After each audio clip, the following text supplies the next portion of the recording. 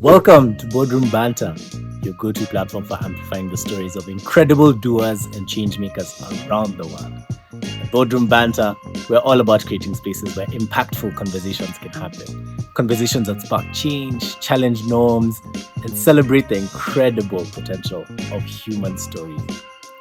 Today, we're thrilled to bring you two special episodes as part of a powerful campaign with MasterCard Foundation.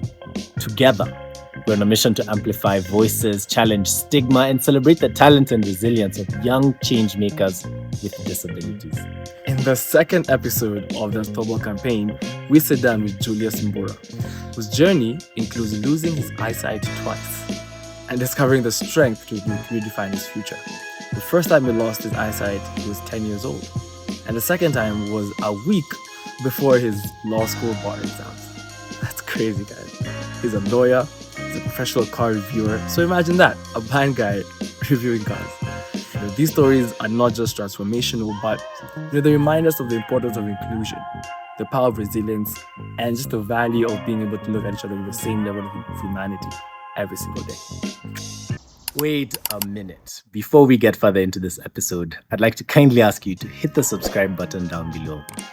So, if you haven't noticed already, we've been doing these episodes for 3 solid years, audio only. And this is our first voyage into video podcasts. So, to keep them coming and to stay tuned with our latest releases, kindly subscribe.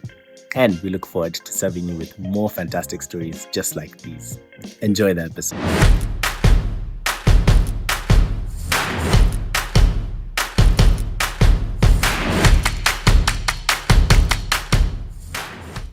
Good morning, good afternoon, or good evening, wherever you are, whoever you are.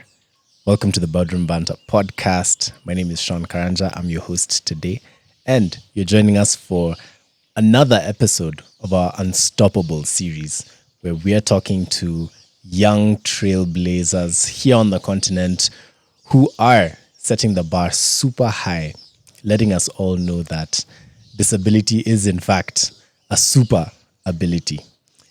I have the awesome privilege of sitting with none other than Julius Mbura here, or depending on where you know him from, Julio Supercharge. We have him here in the studio, and I'm really excited for us to dig into a full episode where we talk about how he has become a trailblazer in the tech scene, advocating for people of disabilities to get careers of meaning, work of meaning, and also digging into his incredible set of hobbies. I assure you guys, after this conversation, you will ask yourself, guys, am I using my 24 hours as wisely as I think I should be? Julius is an incredible human being, a great friend of the podcast, and I hope you can sit back, enjoy, and learn a little something. Julius. Yes. Welcome to the Boardroom Banter podcast. Thank I hope you you're very well. much. How are you doing today? Yeah, I'm good. Yeah? Yeah. Fresh. Yeah. Love to see it. Yeah.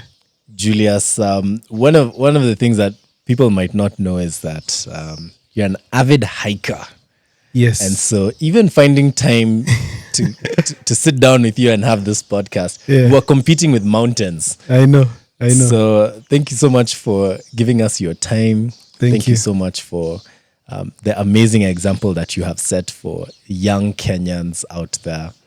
You're really doing incredible work, and we all look up to you quite a bit. And so, yeah, it's our privilege to be here. So to kick things off, I think an interesting one here. Yeah. I've got 2 younger brothers. They're 10 years old. Mm-hmm. If you were to sit down with them, they bumped into you, and you were to explain, like, who is Julius? How would you explain it to those guys? So who is Julius a 10-year-old. and what's your life's work? Yeah, what are you up to? I'd say Julius is a go-getter. Mm-hmm. And he lives the dream of a 10-year-old, actually. Wow. Yeah, so because when I was 10, I thought my life was done. Like, I thought that was the end. But that is where my life began. So I tell them there is so much for them to experience, to learn. Yeah.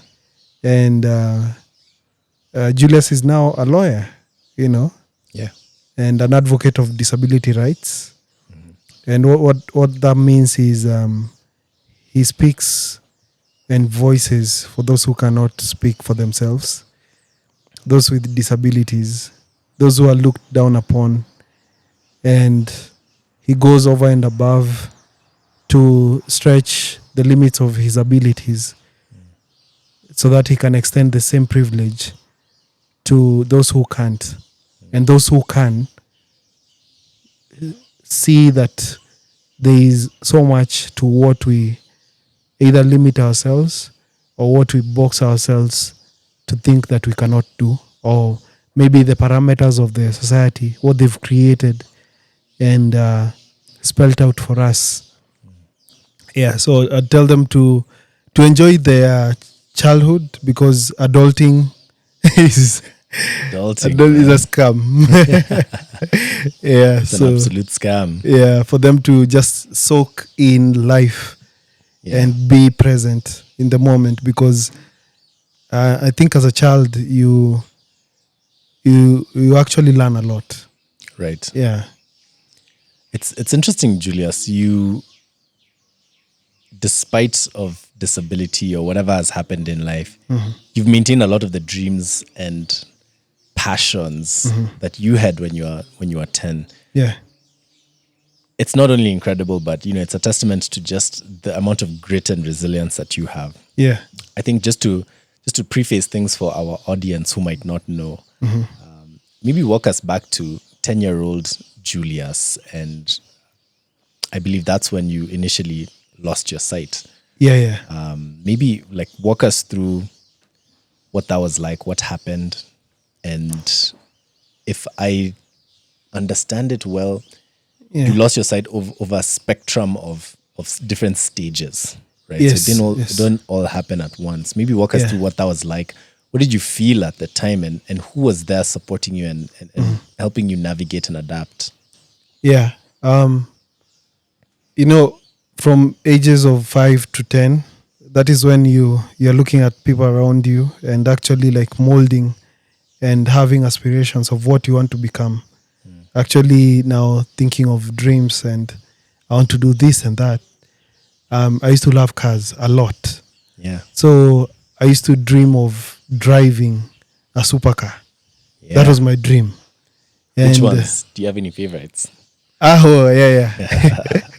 Or is that like another 20 minutes rabbit hole? Yeah, we'll go a rabbit hole. But a big fan of my all-time favorite car is a Mustang, Ford Mustang. Lovely. Shelby GT500. Lovely. American muscle. Raw American muscle V8. Yeah. And I love Lamborghinis, McLarens, all the supercars. I think they all have different identities. Yeah. The likes of Rolls Royce, for luxury, and Bentleys, Yeah. And I remember, because I was born sighted, I wasn't born blind. And there's this one time, it's Monday morning. We are supposed to hand in our homework, and I don't have my homework. But going to school, I spotted a Musso. It was a very rare car at the time. This is around 98. Yeah, I remember 99. The Musso. Yeah. So I get to class and I start drawing the Musso before it gets out of my head. And I remember the teacher coming in and everyone is, you're in panic mode. And all she took from me was my paper and pen. And it was just a Musso staring at her. Not homework. So I had to be punished. I was taken out. I knelt for, I think, 2 hours. I started bleeding on the paper, but I was happy. I was the happiest. I was like, I'm actually kneeling on my work, Oh. But so at 10 years, when I was 10 years, I had not known that I was losing my sight progressively. And the reason is, like, we used to make a lot of fun. Kids can be cruel. They can make a fun of you, like from here to Timbuktu about Yeah. your whatever the smallest thing. So we had this girl in class who used to wear very thick glasses. We used to make fun of her. I didn't want to be that guy. So I started moving positions, and I think my classmates saw it as a cool thing because I used to sit at the back of the class. So getting to the front of the blackboard and taking down notes before the teacher rubs and getting back to my desk and became a thing. People started copying me. And I remember I started flopping a lot, and my mom was called to school, and we had to look for solutions. So I was taken to a few eye doctors. Kikuya unit was the best at the time, still is, I believe, and they didn't see the problem because they were looking at my eyes. If you look at my eyes, you wouldn't know that I'm blind. Yeah, not at all. Yeah, so the condition I have is at the back of the eye. So they didn't see the problem, and we went to all the specialists you can think of at the time. Ophthalmologists, guys who are very shady, like witch doctors or something. No way. I'm telling you, I've gone to all religious leaders. We used to sleep in bus stops just waiting for churches to be opened. And like my life changed completely. Yeah. And I remember if I didn't have my mom and my family rooting for me, because this is when I felt the shift of the society actually looking down upon us. Right. Because now I've become blind, and they would even tell their kids, don't play with Julius. We'll bring that curse home. So I remember getting out and I'm calling their names and I can hear them. And kids are very honest. Yeah. They'll come tell you, oh, I was told not to play with you.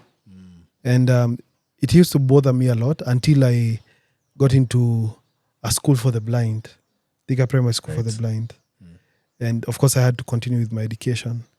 Again, a lot of frustrations because I was taking classes behind. I didn't want to be there. I felt like I didn't belong there.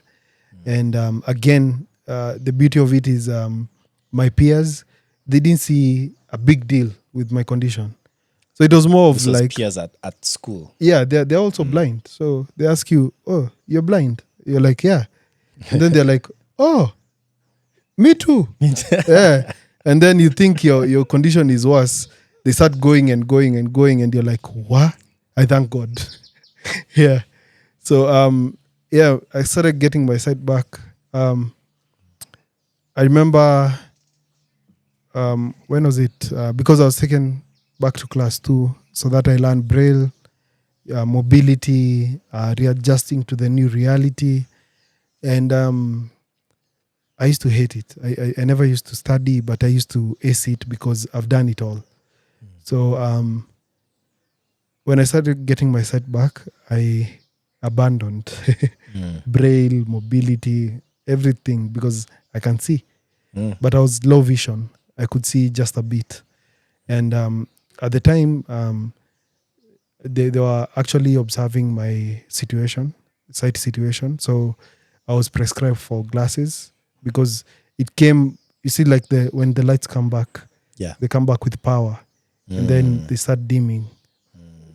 Same situation. So the sight came back. I could read and write with my naked eyes. Then after like 6 months, started going down. So this is why they had to give me glasses, spectacles. And by the time I was finishing class 8, they were so thick because now the sight demands for more and more. So I started with positive 14s. By the time I was quitting, I was at positive 25. What? Yeah, double. And I remember the doctors telling me it would be good if you revert back to Braille so that you don't have to strain the little sight you have. So you have like a meter of vision, yeah? So high school, I had to make a decision of just doing pure Braille from Form 1.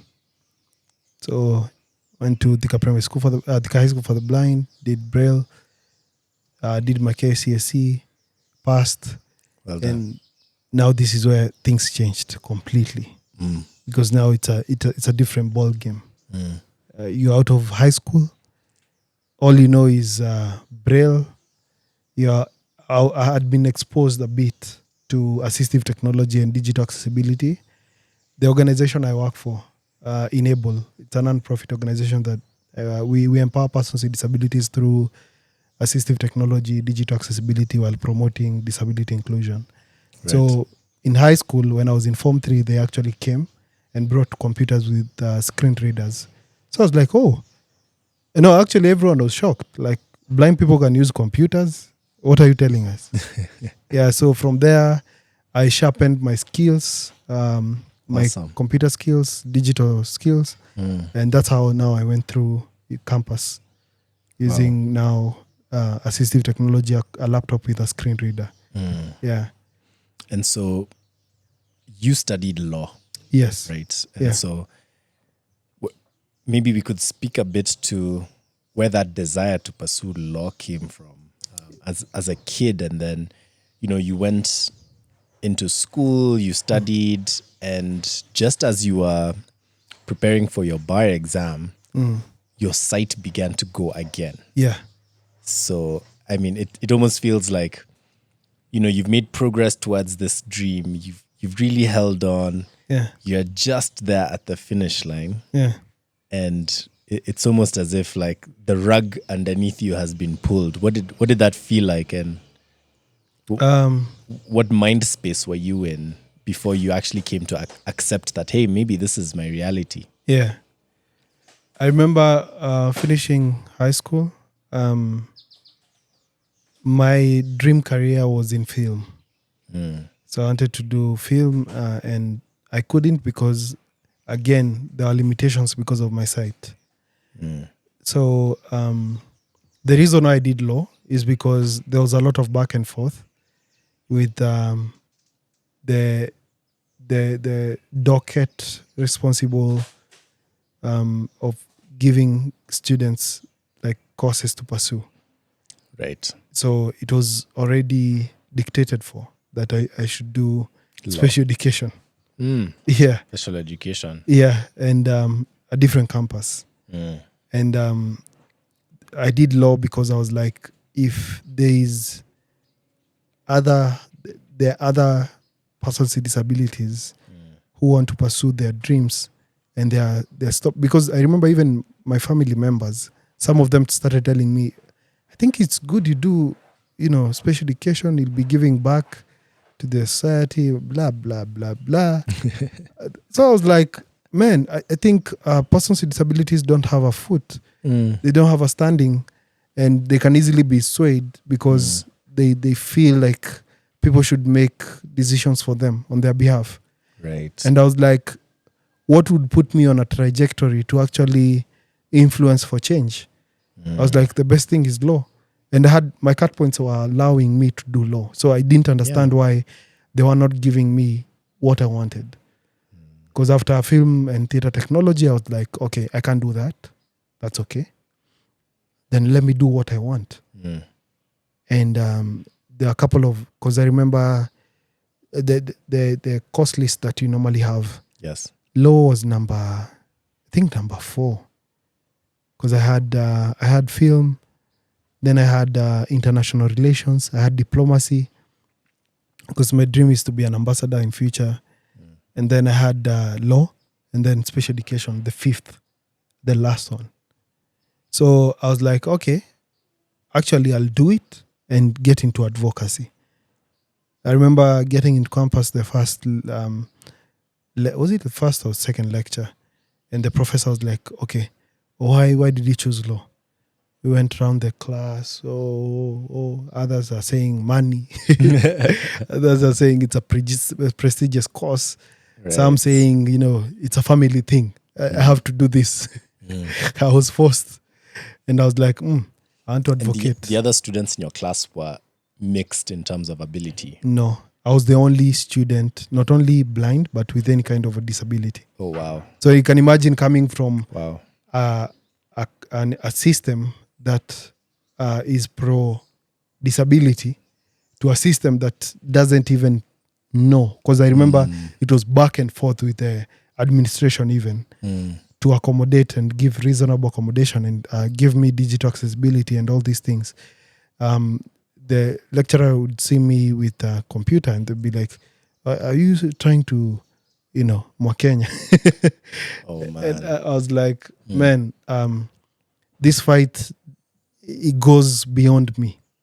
So Right. I had to keep up the fight because I remember, like even in the library, we only had one book in Braille, which was the Constitution.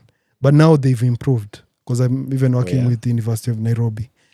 It was an eye opener, pun intended, and also kind of very disruptive. Yeah. In the sense of I had to rearrange and work on my self-esteem and all these things that I don't want to say short-sighted about. But I started seeing firsthand what discrimination stigma is. Right. It used to bother me a lot. And I was like, I think I'm doing the right thing. And what I should do is start by actually working on myself fully to strive for independence so that I can walk the talk. And I can actually advocate from the known. Like, this is what is on the ground.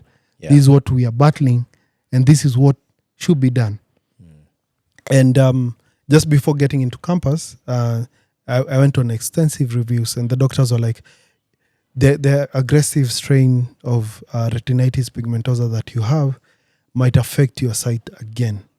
But we didn't know when. So it was a matter of just waiting for the inevitable. But I was like, I can't wait. I've done that. Yeah. And it's not working because I had put everything on the shelf, all my passions. The dream of driving, I was like, I'll never get to do this. But then something happened. I was like, this is the time to actually go all out, take risks, and actually live life. So what did you do? I started doing it all, everything.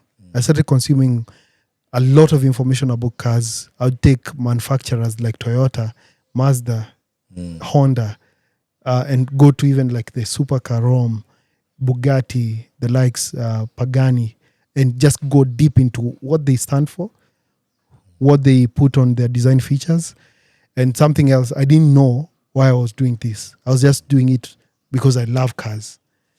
But I was like, I think I should disrupt the norm in the automotive scene, but I just didn't know how.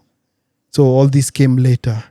Yes. And then I finished university. I got to Kenya School of Law. And I remember just towards the end, that is when I lost it again. But I was like, and it was harder actually than the first time. I wouldn't say it was easy because losing something you have, partial sight was better than no sight. Right. Yeah. Right. And I remember I had a full life, having that independence. Yes, I'm low vision, but I could do things and move around and all these things. I didn't want to depend on people. I didn't want to be a burden. Yeah. So I was like, okay, now it has happened again. What do we do? I can either sit down and wallow and cry and say, I'm blind. Or I can actually now actualize everything that I had been preparing myself for. And that is what I decided to do. Yeah, I remember sitting my mom down and telling her, I'll actually continue living by myself. Wow. This is not changing anything. That's brave. And she was worried. Oh, I can imagine. She was worried, because she knew, everyone, even in my family, they knew that I was able to do all these things and be independent even in my navigation because I had little sight. But now I become blind. Gone. And now it's a world designed for sighted people. And sometimes even you guys struggle, Yeah. So whom's am I?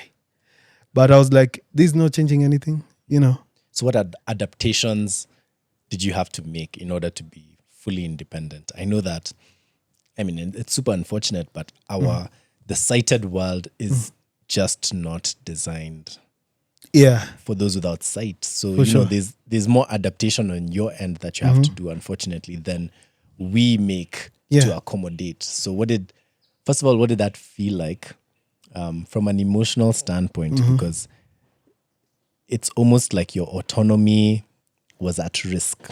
Being shaken. And you were fighting for your autonomy. That's what this sounds like. Yeah. But also you have these passions and these interests. So you're also fighting to maintain those and craft an identity around those. I just want to know what was going through your mind when you had to set this up. It threw me off actually. Yeah. And this was just before COVID. And then during COVID, now I had... Wow, so that was recent. Yeah, actually. 2019. Yeah. Actually. End of 2019. That is when I lost my sight the second time. And I remember I went on another round of extensive reviews. And even the doctors didn't know like what to do. Really? As we speak right now, my DNA is in South Africa. They're trying to see if they can gene edit because it's a genetic condition. Oh. To get the gene out so that it doesn't go to the next generations. And all this time I was like, okay, it's not what I had planned for. Yes. I had not planned to be blind this soon, you know. Yeah. But I need to just keep moving. And adaptations were my daily life. I started looking at my daily life. When I wake up, what do I need? You know, dressing and all these things. So I started incorporating assistive technology into it. I have like 5 apps on my phone. I have Be My Eyes. I have Seeing AI. I have Tap See. I have Cash Reader. I started using all this. That's cool. To be at par. And also trying everything and anything. Like there's a time I burnt half of my face making pancakes. I make amazing pancakes, but it had to be done, you know. It had to be done one way or another. Yeah, so I didn't see it coming though. So from there, I was like, hey, I will just have hacks in the house and around the house. Like even when I'm cooking, to just make sure that, you know, you burn your face and you're like, okay. That's fire. That's fire. Don't touch that one. That's fire. The next time I need to do better, you know? Yeah. And then you actually customize your own way of doing things. Yeah. You know? I'm curious. Like my closet, I have a system that works. You know, t-shirts, shirts, trousers. Like today I picked it, you know. And you're dressed pretty well. That's one of the things I told you when you came in. Thank you. Actually, this is a gift from Hisi Studios. They make tactile and braille clothing articles. Yeah. So this is tactile. This is So what does it say? This is an at the top here. It's an outward contour of Mount Kenya. So I was actually supposed to hike with this. Yeah. The contour lines. And then it's written, let me read for you. Forgotten what my shirt says. It's written, wade in the water. Then another sentence, contend. Yeah, I remember that one. Contend for your future. Content for your future. Wade in the water. Contend for your future. Yeah. That's so profound. Yes. And this is braille. Yes. So I can appreciate. You know, normally when I'm buying, I don't like buying like clothes with writings on them, because someone will tell you like the message is this, but other sighted people will interpret differently. You know. But this one, they asked me, what does that mean? I'm like, oh, it's a message about my future, you know. Wow. And it's because the project I'm on, it's called Heights Unseen. So so Angela, the founder of Hisi Studios, she was like, I need to make something custom for Julius. By the time they were delivering, I was on top of Mount Kenya, all these things. But I was like, I'm gonna rock it actually. Let's actually speak about that. You are an avid hiker. You've climbed more mountains than me. Yeah. I was telling you, maybe you're climbing life mountains. Yeah, I think that's more I'm climbing like the physical ones. And so you've climbed Kilimanjaro. No, I'm going to Kilimanjaro. You're going to Kilimanjaro. Yeah. Very I've soon. climbed so far You've 6 done Mount peaks. Kenya. I started with Ngong Hills. Mhm. I went to Longonot. Right. Did actually to the crater and round the crater, Nice. which is more difficult going round the rim. Absolutely is. Yeah. The highest peak on Longonot is on the rim. It's called Kilimanjaro. Then went to Aberdares, did three peaks, starting with Kipipiri Mountain. Yeah, Aberdares is tough. It's tough, man. It's like actually Kipipiri tough. humbled me. Yeah. We were rained on. It was hard. Yeah. Then we did Elephant Hill. That broke me Nice. physically. I came down one leg. Yeah. I had an injury. I had Sorry. a runner's knee. Uh-huh. And then from there we went to Satima. That tested our altitude. Right. How our bodies would acclimate to the altitude. The high altitude, yeah. Yeah, and that also prepared us for Mount Kenya. So after Satima, because Satima is over 4,100 meters above sea level. That's pretty high. Yeah, then we went to Mount Kenya last weekend, actually. Yeah, last weekend. Yeah, that was hard. Oof. That's amazing. Yeah. So what has climbing mountains taught you about who you are? Oh, yeah. I've battled versions of myself. Oh, yeah? And I've learned that mountains will not discriminate whether you see or not, they don't whether care. you have sight or not. They don't care. They dish out beauty and hardship Yeah. in equal measure. Yeah. So I think I'm humbled and honored and grateful that I have the opportunity to actually go to all these heights. And even with my team, them holding me down, I remember my guide telling me, you don't have to do this. You can go back Really? at any given time. No one is forcing you to go up the peak, Yeah. to go to the summit. Yeah. I remember for Mount Kenya, the last push, when we woke up that morning, I was struggling to breathe because you're at altitudes of 4,300 and you're supposed to gain, I think, like 600 meters. But Wow. it's 2.5 Summits. kilometers.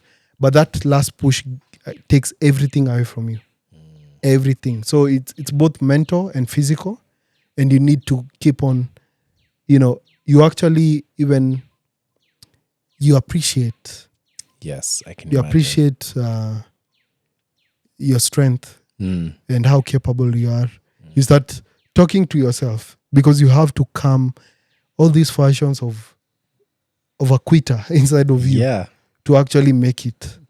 Yeah, so the mountains, I'd recommend everyone to just have, because you disconnect, because we didn't even have network. Yeah. You disconnect It's from you and the mountain. It's you and the mountain. And your thoughts. And your thoughts. And you have to think about where you've come from, Yeah. where you're headed, what are your plans, At the same time, battling fatigue, pain, Altitude sickness. altitude sickness, you feel your body, the tension of straining for air, but also at the same time, your soul soaring from the freedom and just being one with nature. It's beautiful. Even if I can't see it, Yeah. that's why it's heights unseen. It's unseen. Yeah. That's incredible. I'm curious. And I'm doing this for a cause. So again, Oh yeah. because I'm doing this to raise funds to buy 4,000 cans, white cans, that I'll distribute. Yeah. Interesting. Yeah. So how can we plug into that initiative? Maybe you could speak a bit about that. Oh yeah. So Heights Unseen is for everyone. And I'm doing it to show the wider society, the sighted world, that, we are more than capable. Yeah. But also to the disability community that we can. And we don't have limits of what we can do. But also, I'm working on these tough terrains that persons who are blind and visually impaired can't, so that I do it on their behalf. And I know I can't solve all the problems, but giving independent mobility to them, that's the best gift I can give them. Independent mobility, I like that. With a white can, And you can follow my journey on jmbura.com, jmbura.com. Yeah. And you'll see everything that we are doing under Heights Unseen. You can write to us, Julius at reca, juliusmbura.co.ke. You can go to my socials and follow the journey and plug in, Okay. at J Supercharge, J and then Supercharge, or just write Julio or Julio. People like calling me Julio. Julia, I mean. And for contributions, direct contributions, because 1K is 1,000. And I'm looking to, because we're also doing a documentary that will come out next year. And you can contribute direct to the till or follow the Hasosasa link on the website, jmbura.com. But the till number is 937-4312. Awesome. Yeah. My follow-up question from this is, from a standpoint of identity, right? You've had seasons where you were sighted, partially sighted, lost vision. Currently you're at that loss of vision state. Yeah. You mentioned that your DNA is currently in South Africa. They're figuring out potential cures, etc. So, given that right now there's a lot of scientific advancement, there is possibilities as science keeps shocking us that people who are blind can now regain their sight. I recently saw that Neuralink by Elon Musk's Neuralink. I think they just restored vision. I think partially to someone who was born blind. Yeah. And so there's all these possibilities out there. You've already crafted a life and a lifestyle around this disability. How do you feel on the inside? Might be a tough question, but the guys in South Africa ring you right now and say, "Hey, look, we figured out this stem cell thing. Here's your sight back." Do you see that as a? I mean, of course, it's a good thing, but would you now have to sit down and craft a whole new identity and start your life again? And there are probably certain opportunities or a life that you were living as a blind person. Now you have sight back. Yeah. There are expectations now on you to be fully independent, maybe integrate back into society in a different way. Yeah. How do you feel about identity in this ebb and flow that I see of your life of sight, no sight, sight, no sight? I think. How do you feel about that? Yeah, I think one thing about me and one of my biggest strengths is adaptability. Right. Because even from a young age, being taken on a roller coaster of emotions and readjustments to different worlds, I think I don't think even now, if there's anything that would come, and of course it would disorient me, because every time I go through a change, I normally get disoriented, but I get my energy back into it, and it's not a bad thing. I wouldn't hate. No one would say no to getting something they lost, and getting my sight back would be the biggest, biggest achievement. But again, even now, sitting here, we've been given options of possibilities, but they come with a caveat. You would have to waiver your life insurance, blah, blah, blah. There's a time my mom was told there's a chance of him seeing, but there's also a chance of him going cuckoo. Oh, really? Yeah, because of the procedure and the sensitivity of the nerves being touched, because they are linked to the optic nerves. The optic nerves are linked to the brain and what. Yeah. So they are like, oh, there's a 40 chance of you not, 40%. Yeah, not living. Whoa. Yeah, that's not something you throw at someone.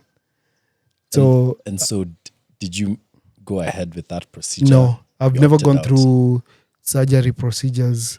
And this we made as a promise, both my mom and I, that we wouldn't sacrifice my life over sight.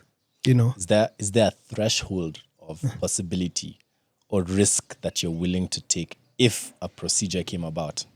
Yes, there is. What's If it doesn't alter my life and my mental health and my well-being, I will take it by any chance.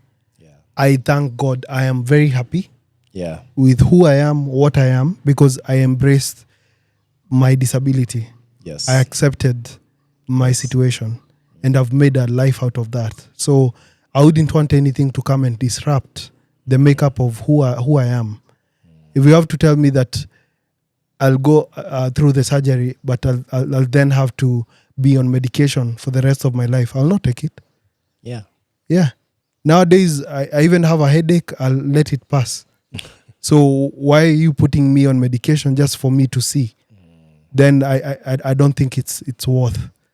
So there is a threshold, but again, I wouldn't say no to the possibilities of me seeing again. But it has to just be a non-invasive Yes. type of procedure Yes. or technology. Yeah. And I think we're getting there as a society. And as tech evolves, I think inclusivity and accessibility it's really on the rise. Yeah. One really impressive thing, I've been watching you using your phone. So Yeah. you've got a really nice iPhone, Yeah. but the way you use it is like day and night to how I would. Right. Yes, completely. So you've And got lots of apps. Can you on there. imagine your phone has the same capabilities? It does. It's only that you don't need that other side of the Yeah. accessibility that I need. So when you sit down with tech, Yeah. let's go into imagination mode right now. What does the ideal, right now, Tim Cook from Apple is watching this podcast, or someone who is building assistive technologies out there. What does serving Julius to the best of their ability look like for you? First thing I advocate when it comes to tech and disability, I always insist on independence. Independence. First of all, have you made a gadget, a service, a digital asset that can ensure that I don't need someone else to operate or to navigate? It starts from there, because that's how I will reap off the benefits of having such a technology. Then from there we build up. Then how are we using these innovations, these solutions to actually improve on the lives of persons with disabilities? Then we have to ask ourselves, what does Julius need? Right. And again, it goes further, because as an individual, I have different needs. Like cooking pancakes. Yeah, I know, right? And baking. I took up baking after that. Yeah. Yeah. And cooking. I cook. Then if you're looking for that level of independence for persons with disabilities, then you don't have to actually cluster them in a group. Like for accessibility, physical accessibility, for the longest time, people used to put a ramp and they're like, oh, we've sorted the whole of the disability community. Here you go. Here's a ramp. Yeah, we are done. We've checked the boxes. But are you thinking of the door handles for people who have short stature? Are you thinking of, and even people on wheelchairs? Are you thinking of wider doors for wheelchairs? Yeah. For passage? Then cars. Yeah. Are you thinking of Get into the car. Yeah, how someone can actually ride in dignity? You don't have to lift them because it's very invasive. Yeah. For and our the automotive scene, it's really growing right now. We have solutions. We have adapted vehicles with swivel seats and ramps and all these, adaptations to make sure that persons with disabilities can actually enjoy on the same level that everyone else is. So I know you've done a lot of research into automotive manufacturers, right? And so I think you'd know better than me. I mean, I'm a car guy through and through, but I think you'd know better than me about plans that some of these manufacturers have of, assisted driving. I know Tesla has made some great leaps and bounds in that, but recently I've been seeing some Jaguars that are like Oh yeah, you know entirely Jaguar they rebranded automated. fully. Yeah, they recently rebranded. And so Yeah. do you, as someone who loves cars and wants to drive, what does hope for that look like for you? And is the technology getting to a place where Julius can buy a Jaguar and Yeah. be able to enjoy it? And what are the limits of that maybe? My thing about cars, because I drive actually, but on controlled environments. Right. The automated driving, it's good, yes, but it's the same thing as having a driver. If I bought an automated, Right. because you put in your destination and that's it.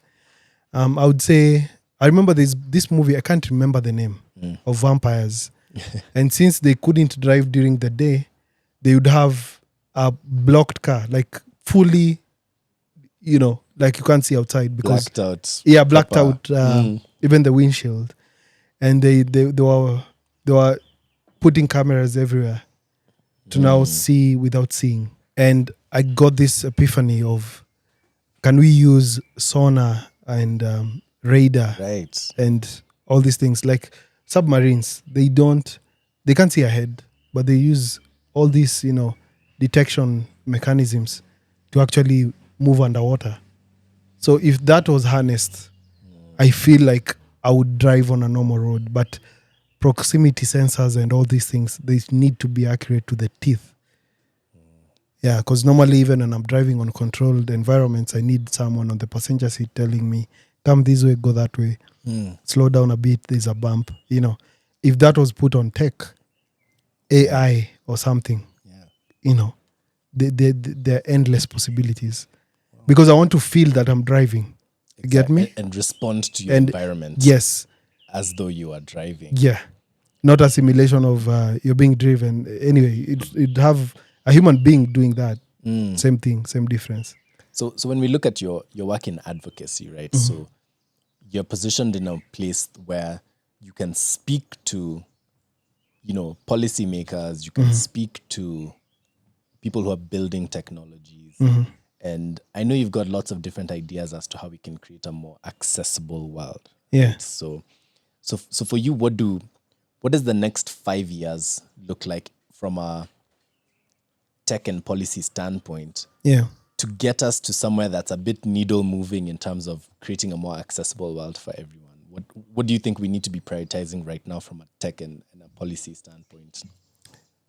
So as Enable, we launched the first ever ICT accessibility standard 2 years ago.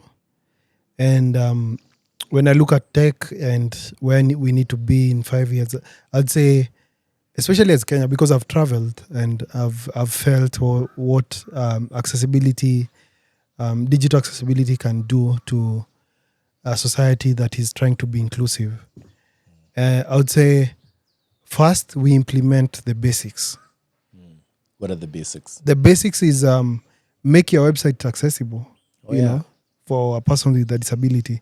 And that's why we have the policy, the ICT accessibility standard, to actually tell you that if you're importing gadgets, make sure that they have ABCD. For the physical build, make sure there is this kind of space, there is this kind of reach, because there are people on wheelchairs, there are people who have limited limb usage. So how are you accommodating for that? How can Julius use an ATM without needing a sighted guide? Yes. The PDQs, we had the ones with the buttons. Yes. And the buttons used to have the accessibility button. No one knew that. Number 5 is always an accessibility, a home button. It always has the indentation. They brought the screen, the smart ones. Yes, the ones you tap. Yeah, so how do you think Julius will use that without a screen reader? Won't. Yeah. So, or rather, back to your point of tech giving you independence. Yeah, that's not a tool. It's taking actually independence away from me. Yeah, and infringing on my privacy. Because now you have to tell someone your password. Yeah, you have to tell someone your password. And trust they will see your balance, all these things. Yeah. There are people who actually, even if they're helping you, they'll take advantage. It's human beings. So humans, yeah, you have to start from basics. Can we start from basics? Make Nairobi accessible. It's not accessible. It's not. Yeah, Even to us who are sighted. I know, right? Get into manholes. Man, I tell you, I just watched a video the other day of a car that literally entered a phantom hole that came out of nowhere overnight. Yeah, But yeah, I mean, speaking to accessibility, I think we have a long way to go. yeah. But if we started implementing, And question to you: Is this a money thing? Is this No. an influence thing? Is it what are the bottlenecks you're seeing in us adopting these? it's not a money thing. It's not. It's not a money thing. It's more of an awareness thing, and also taking charge. Right. Because most of the leaders in positions and most of people who have influence and even like the power Yeah. to say it's just a matter of let's be more accommodative, let's be more inclusive, and you find these people, they have their own agenda. They do. So by the time they are implementing, oof, the other regime is here. Then again you start from ground zero. Interesting. Yeah. So it's not a muddy thing. It is. Okay. So when we think of Julius, a couple of years down the line, you have big goals, big dreams, big ambitions. What's on the map for you, right? What are some of your big dreams right now that 10 years down the line you'd say, hey, this all started as a dream? Yeah. I know you're a big thinker. You've got a super impressive track record already. Thank you. I know you have a lot more left to do. Yeah. So yeah, And just every other day, shout out. Like, what are you? Where is Julius in 5 to 10 years? What are you doing, and what are your hopes for those of us who are looking up to you and are following your journey? I think one thing about me, I don't stop learning. I don't stop evolving and becoming a better version of myself. So I think on the path I'm on right now, the trajectory is to continue amplifying the idea and the symbolism of it's possible. It's possible. Then from there, going over and above to actually break the barriers and the glass ceiling and to accomplish so much more so that those who are behind me can actually tap into that and become better versions of themselves. So absolutely. I'm saying crossing borders and becoming a thought leader, even beyond Africa, on disability matters, and also becoming like an expert in the space, but also influencing for more change and making it an inclusive society over and above. Yeah.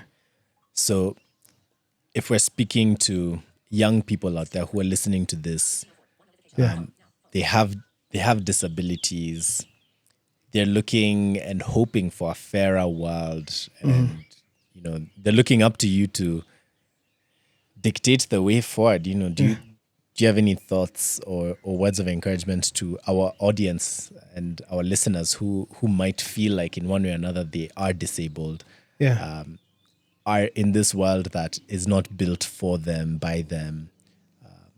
Any thoughts or encouragement or directional thoughts that you have for them moving forward? I tell them the inclusion they're looking for will not be handed to them.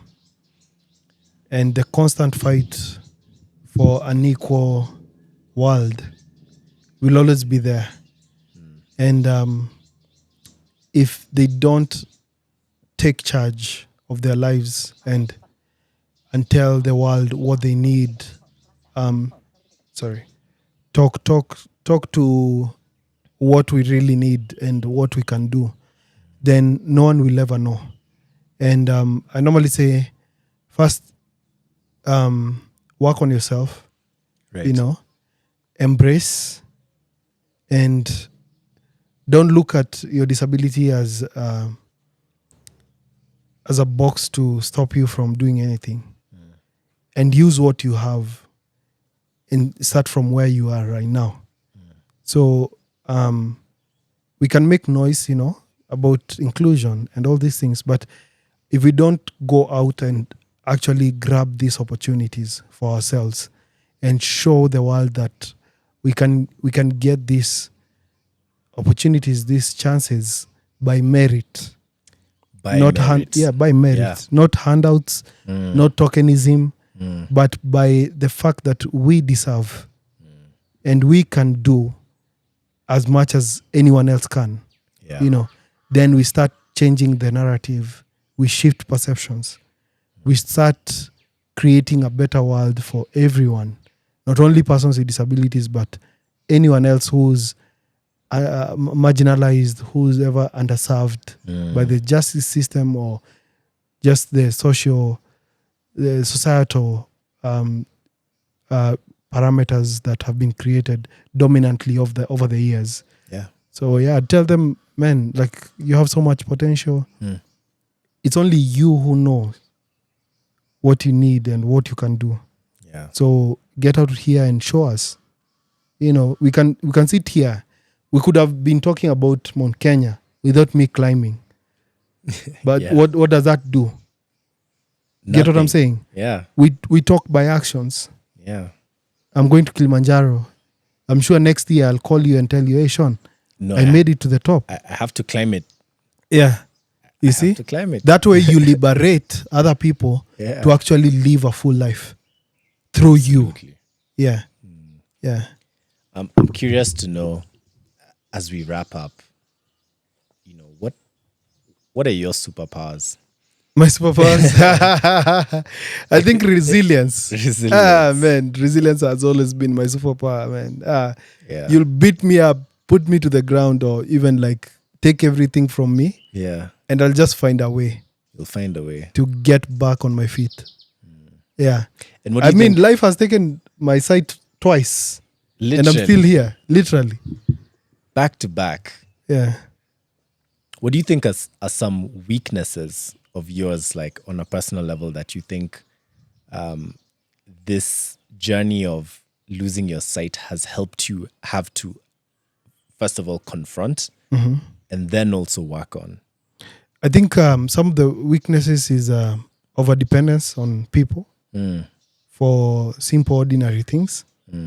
And also, I used to doubt myself, self-doubt. I used to have self-doubt a lot. So I had to work on that because, again, it is not easy having a disability. Yeah. But if you don't become, if you don't put effort into making your inner self, you first become vulnerable. That's given. Oh, and that's probably the hardest part. Yeah, but you have to get out of that as well. Right. Yeah. So have the humility, first of all, to be vulnerable. Yeah. And to say, hey, look, I actually need help. I actually need to be taught this thing. I actually need to figure this thing out. Yeah. And I need someone to guide me through this. Yeah. And thereafter, then having the courage to say, now I've learned this thing. Let me now step into the world and practice this on my own. Right? Yeah. I'm just seeing that as such an incredible journey that one way or another, I hope, in however form or shape it takes, each of us needs that moment where it starts with the humility. Let me tell you, the worst thing when you get to such levels is to start thinking that you actually don't need people. Really? Yeah. So, or like after now you've become independent. No. During the vulnerability point. And you feel like, and that's why you find rampant cases of depression because people are so proud of admitting that they need help. The pride of, I can sort my life out, like an island. So one thing I discovered is that you need people in your life. Yeah. You actually need people to guide you. Yeah. And I'm talking literally and figuratively because for me, it's that depending on people to move from point A to point B. Yeah. But again, it doesn't mean that if I don't have someone, I won't move. I remember, was it June? I was going to the US. This was my third time going to the US, but the first time ever getting out of Kenya without a guide dedicated for me. How did you do that? I did it. You did it? I'm here. I guess the same way I had to do it, Yeah, just do it, You just do it. I had a couple of challenges, people taking advantage here and there, but Oh, no. man, you take it and move on. Like, I'll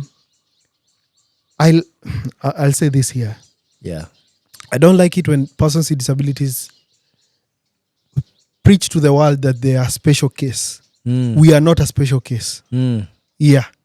And that should sink, actually. I know it's controversial. Yeah. And especially being an advocate of disability rights. Yeah. Because the minute you start, oh, I cannot do this. Oh, you should do this to me. Oh, you should do this and this for me. You become entitled. Yeah. And at the end of the day, you actually lose your grip and your grit. And what you start doing is being overly dependent. And what that does to people are humans, remember.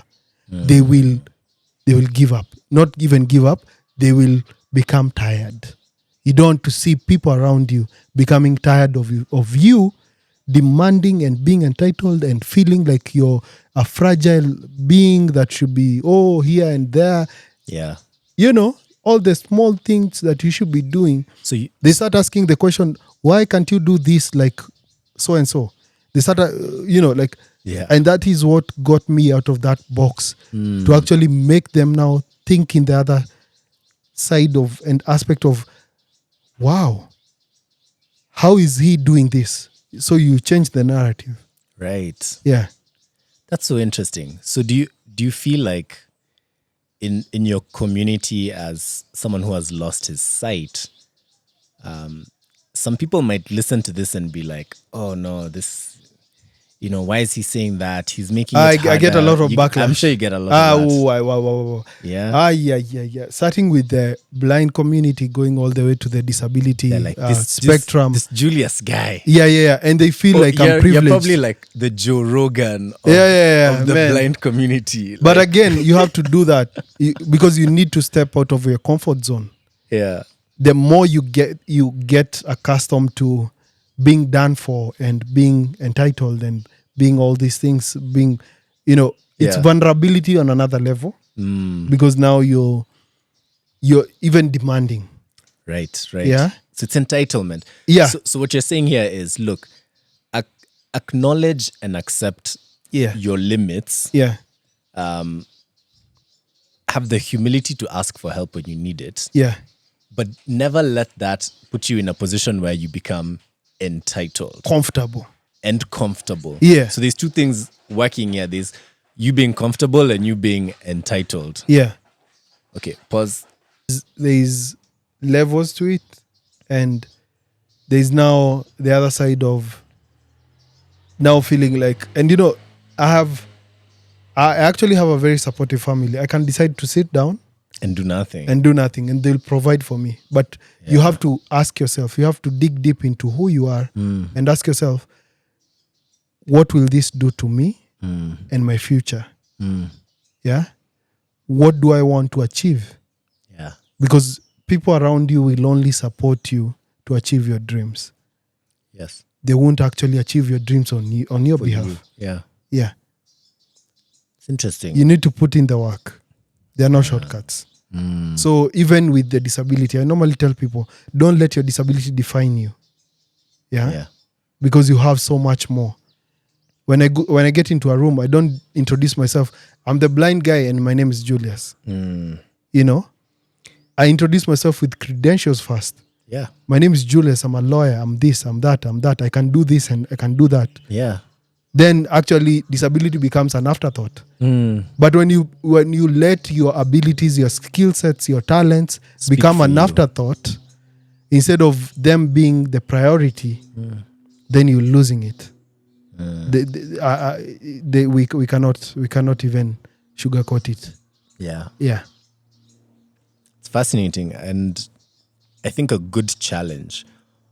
both for the disabled and the abled, that, in many ways and on different spectrums, we do have a tendency to be entitled to the privileges and comforts that we have around us. And so, I really like your message, Julius, which is step out of that comfort zone.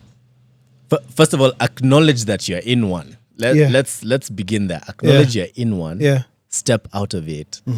And actually just exceed expectations. I think one thing I'm taking from this chat is that, you, Julius, in your life, you've exceeded expectations. And as human beings, and how Kipchoge says, no human is limited. Yeah. I think you've really embodied that. And so what's the next big thing you're gonna figure out? You've hacked hiking, you do car reviews, Yeah. You're independent, you're an awesome cook, you're a lawyer, Yeah. you're a tech guy. Yeah. There's so many things that you've racked up as credentials. So what's the next superpower that you're keen to add on, so that when guys see you again in like a year or so, we'll say, hey, has Julius done that thing? Yeah. So what's the next thing that you're trying to crack? I think the next thing is I realized I'm getting older, Yeah. and I need to speed up my bucket list. Checklist on my bucket list. Yeah. And I think the next things on the horizon, even if I can't see the horizon, Yeah. is to just go at everything that I've ever wanted to do, Yeah. and also dig deep into my sensory awareness. First, I've really amplified my touch and feel. Right. The next thing is I'm trying to crack sonar. Sonar. Yeah. So Wow. directions, and I've actually gotten a bit of it. Spatial awareness, and just using Sound. the environment, the sound, sound and vibrations to really immerse myself. There's a guy I watched, was it an interview on Oprah? Yeah. And he uses clicks. So he Yeah. So clicks for me, I'm not using clicks. I'm using the snap. snaps. Yeah. And so for anyone who's unfamiliar with echolocation, it's basically that from a sound that you emit, Yeah. It bounces. sound bounces off of surfaces, and Yeah. you're able to hear that in its different shapes or forms Yeah. to get a sense of what's around you. That's Yeah. sonar. That's what bats use. That's what like whales and dolphins use. And you have to tune your frequency of hearing to a different level. Yeah. That's a real superpower. Yeah. That's so cool. Because that will come in handy even in my riding. Because Yeah. I think next year I'm getting on. I don't want to spill the beans, but I'll be riding across Kenya. Wow. Yeah. On a what? Motorbike? I'll start with a bike. Bicycle? Yeah. So recently we participated, my team and I, we participated in competition called Scramble for Red Bull, Yeah. and we became number 2 Nice. on a tandem bike. So Nice. So you and someone else. yeah, me and my manager actually. He was in front, so it's very different because when you have a guide, they are always by your side. Yeah. And this time now he's in front, but you're riding the two of you. Yeah. And in all this, I'm trying to really hone into what I have, then maximizing on what I think I can do, Yes. and then what I've put as a like this is crazy, like risk taking level, because I amazing. have paragliding Wow. on my calendar. I have bungee jumping. Wow. I'll do mountain climbing, rock climbing by 2026. Wow. This is incredible. Yeah. And I wish you all the best with those. So as we come to the close of our conversation, Yeah. We have a segment. We call it the elevator. And basically, what we do is quick rapid fire questions. So think of it this way. You're leaving our conversation here. You step into an elevator. You're on your way down, and one of our interns, Elevator pitch. one of our interns like jumps into the elevator and has so many questions for you. Yeah, But you only have a couple of seconds until you get down. for sure. You're off to climb Kilimanjaro. No time. So quick rapid fire questions for you. Are you ready? Let's go. Awesome. The first one is a book or movie or video or, something that you consumed that has changed your life. A movie or video. Movie Or book. or book. Or something. So I think movie. Movie. The Daredevil movie Oh, wow. that came out in 2003. Yeah. And again, the series that came later. Yeah. I think Charlie Cox was the movie. It was Ben Affleck. Then the series was Charlie Cox, and the depiction of what our human bodies are capable of. Right. Yeah, That's awesome. yeah, Next question. yeah. If you were to have a big billboard in the middle of the busiest street in Kenya or somewhere in the world of your choosing, as well as some form of widely available braille, Yeah. something that everyone would be able to see or Yeah. touch or understand or hear every day. What message would you put out there to the world? Like short message. Short message. Become a symbol of hope Mm. and an icon of possibilities. Become a symbol of hope and an icon of possibilities. I love it. Next question would be, who do you look up to in life? Like, who's your role model? I'm curious. My role model is my uncle. Your uncle. Yeah. He's my mentor, and he actually took me through university. Wow. Yeah, so there's a lot I've learned from him, and he's my father figure. Wow. Yeah, Shout out to him. What's his name? his name is Geoffrey Gatirima Nganga. Yeah. Oh, and my mom. And your mom. But, yeah, Cool. And final question. yeah. If someone in our audience member was to buy you a car right now, My car? if someone in the audience was to buy you a car right now, Yeah. Or to buy me a car. yeah, blank budget, blank slate, blank check. Yeah. But of course, it has to be drivable here. Here. Yeah, I have the perfect one. Which one? Lamborghini Urus. Mansory edition. Mansory edition. Yeah. Has to be fully specced out. Man, body kit and everything. You Yeah. said blank check, right? Blank check. Yeah, but anyway, we can talk. We can talk. Tuwezi kosana. We can- How much iko sana? Yeah. They might be having a field house. Yeah, you can always compromise, but blank check, Blank check. it has to be the Lambo, because again, it's best of both worlds. Yeah. The SUV and the supercar world, Speed. Yeah. both in one. Yeah. But again, also because it's the same DNA with the Audi RSQ8, Yeah. same and also the engine, Bentley Bentayga. Yeah. Same platform. same platform. Yeah. And anyway, everyone in the automotive scene is doing the same trick. I think they borrowed from Toyota. Probably. Yeah. Awesome. So, Julius, that brings us to the end of our conversation here. Yeah. I have learned so much from you. And I think I'm leaving this conversation super inspired to just stay way clear of my comfort zone. But above all, also to realize that humans come on a spectrum. But at the end of the day, we're all humans.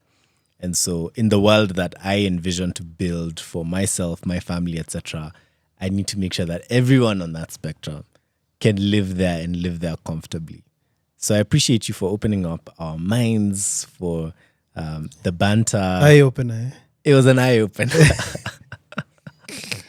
So thank you, Julius. And Thank we you wish so you much. all the best with everything that you're doing. For sure. We shall stay in close touch. And the world is your oyster. Yeah, Thank you man. so much for joining us on the Boardroom Banter podcast. To everyone who's listening in, we thank you for listening this far. Yeah, we look forward to seeing you on the next episode of Unstoppable. Karibuni sana.